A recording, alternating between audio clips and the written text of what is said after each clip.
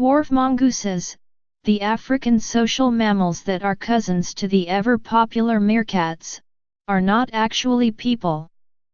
And new research about migration from one mongoose group to another has nothing to do with the current world political situation. It's necessary to make this point because the temptation to anthropomorphize these creatures is extreme. For instance, the basic conclusion of a recent study is that immigrants to a new mongoose group don't contribute a lot at first, and are not given much credit when they try.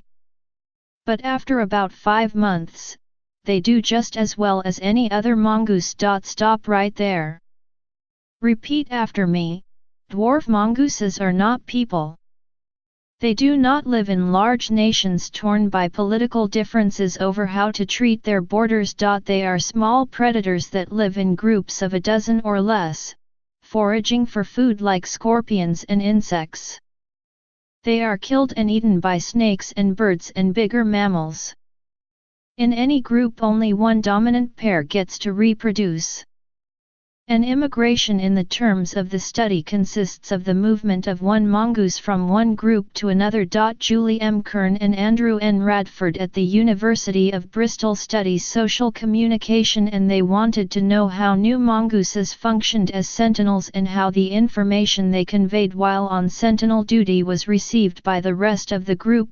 So they monitored their behavior, how often they stood guard emitting a surveillance call that means, "I'm on duty here." New arrivals generally did less sentinel duty than long-term group members, perhaps because of the physical drain of immigration. It may take several months for a mongoose that leaves its group to find another group that will accept it. The researchers, or actually the 24 research assistants that the researchers make a point of thanking in their paper in Current Biology, observed the South African mongooses and gathered data over several years. They also recorded and played back surveillance calls from different mongooses to judge how the other mongooses responded. The reaction of group members was different and changed over time. And at first foragers did not show a lot of confidence in immigrants. They would stay vigilant when foraging, looking up frequently to check their surroundings.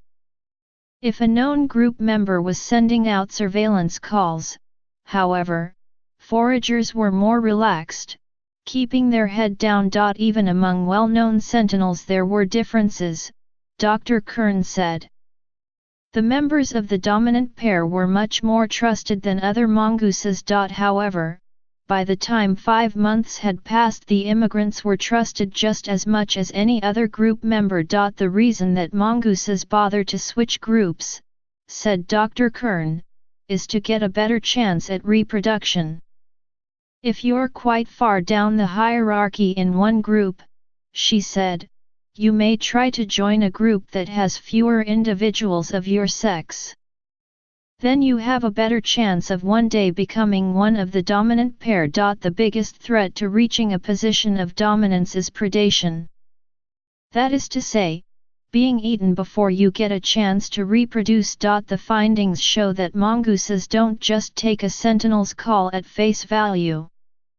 They know who is making the surveillance signal and they consider the source. A dominant group member on duty makes them more relaxed. A new immigrant on duty is not as reassuring. The comparisons, of course, are tempting. How long before we trust the new arrivals?